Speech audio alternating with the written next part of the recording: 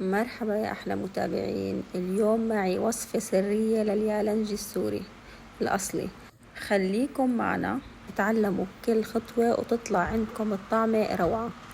لا تنسوا تعطونا رأيكم بالكومنتات. خليكم معنا لآخر الفيديو لتتعرفوا على كل الأسرار. وإذا بتحبوا اليالنجي جربوا طريقتي وراح تدعولي. أنا من محبين اليالنجي خصوصا لما يكون محشي بطريقة أصلية، ريحته بتطلع من الطنجرة بتخلي البيت كله يفرح. شوفوا ما أحلى هالمنظر، لسه الطعم كتير طيب. هون جبنا كاسة رز منقوع مغسول مصفى، وبعدها ضمت بقدونس مغسولة، وبعدها حبتين بندورة مفرومة ناعم، وبعدها حبة بصل مفروم ناعم، وبعدها كوب زيت زيتون، بعدها دبس رمان، بعدها عصير الليمون، حبة عصير ليمون، وهون معلقة سمنة،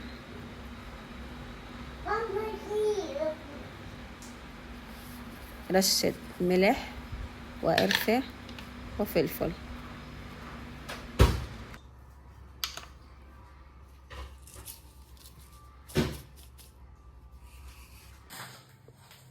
هون بلشنا نحرك المكونات. هون رح خليهم ساعة بالثلاجة لحتى حبة الرز تاخد نكهة ويطلع طعم اليالنجي ولا أروع. جربوها واعطوني رأيكم بالكومنتات، وما تنسوا اللايك والاشتراك للقناة.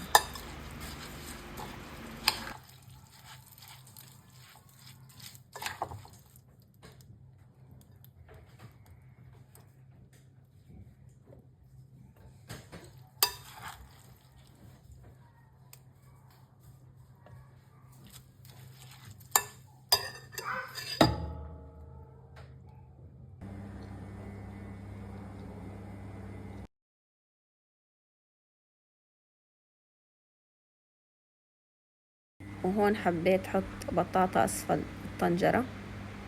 جهزت ورق العنب صفطته منيح، وبعدها حطيت الخلطة على كل حبة بكمية مناسبة، وبعدها لفيناه وحطيناه في الطنجرة.